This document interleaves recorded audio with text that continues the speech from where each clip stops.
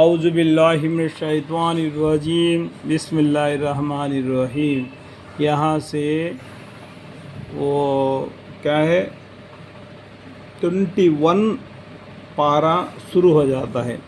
جو کتاب آپ پر وحی کی گئی ہے آپ اس کو پڑھا کیجئے۔ دیکھو یہ قرآن کو پڑھنا چاہیے، ہر مسلمان قرآن کو پڑھنا چاہیے، صرف بیانہ سننے سے نہیں، بلکہ اللہ کیا بولتے ہیں جو کتاب آپ پر وحی کی گئی ہے، یعنی پیغمبر صلی اللہ علیہ وسلم، آپ کا معنی دیکھو انگلی دکھاتے ہیں، انڈائریکٹ میں ہمارے پیغمبر صلی اللہ علیہ وسلم کا نام آیا کہ نہیں؟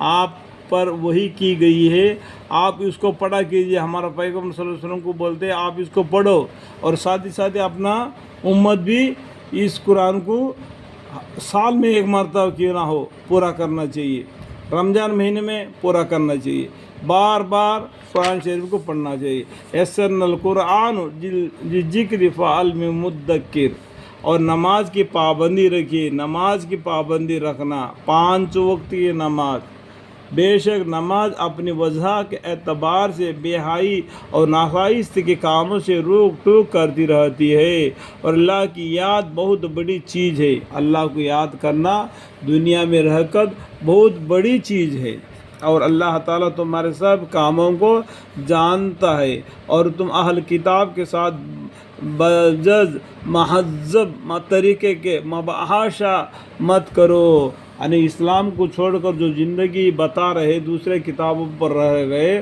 ان سے ملاقات کر کے ان سے دوستی ہاتھ مت بڑھاؤ، کیونکہ وہ تم کو گمراہ کریں گے دین اسلام سے۔ اللہ تعالیٰ تم کو آگاہ کر رہا ہے، اس بات کو جانو۔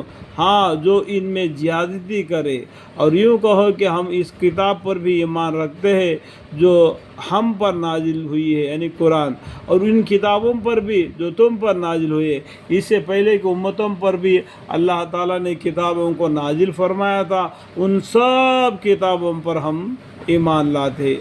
حضرت عیسیٰ علیہ السلام پر بھی ہم ایمان لاتے ہیں، حضرت محمد مصطفیٰ صلی اللہ علیہ وسلم پر بھی ہم ایمان لاتے ہیں، ہم سب کو پیغمبروں کو ہم مانتے ہیں، اور یہ تم بھی تسلیم کرتے ہو، یعنی تم کو بھی معلوم ہے یہ مسلمان لوگ سب پیغمبر کو مانتے ہیں، سب کتابوں کو مانتے ہیں، اللہ کی بھیجی ہوئی کتابوں کو اور صحفوں کو، یہ تم بھی تسلیم کرتے ہو۔ اور تم قرآن کو کیوں نہیں مانتے؟ جو باقی مذہب کے لوگ، تم قرآن کو کیوں نہیں مانتے کہ ہمارا اور تمہارا معبود ایک ہے، اور ہم تو اس کے اطاعت کرتے ہیں، اور ہم تو اسی کی اطاعت کرتے ہیں، ایک اللہ کی۔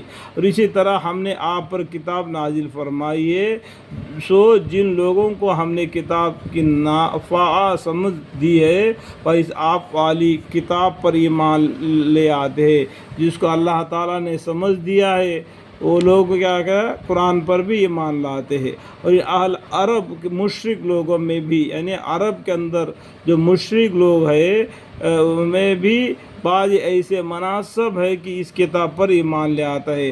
عرب کے اندر میں جو مشرک لوگ ہیں وہ لوگوں میں بھی کچھ آدمی اس کتاب قرآن پر ایمان لاتے ہیں۔ دیکھو اگر عرب کے والوں کو قرآن کا معنی کی ضرورت نہیں ہے، وہ عربی جانتے ہیں، اس لیے ان کو ماننا چاہیے ضرور قرآن کو، اور اسلام میں داخل ہونا چاہیے۔ اسلام میں جا کے اللہ سے معافی اور مغفرت مانگ کے اور اپنا زندگی کو سدھار لینا چاہیے۔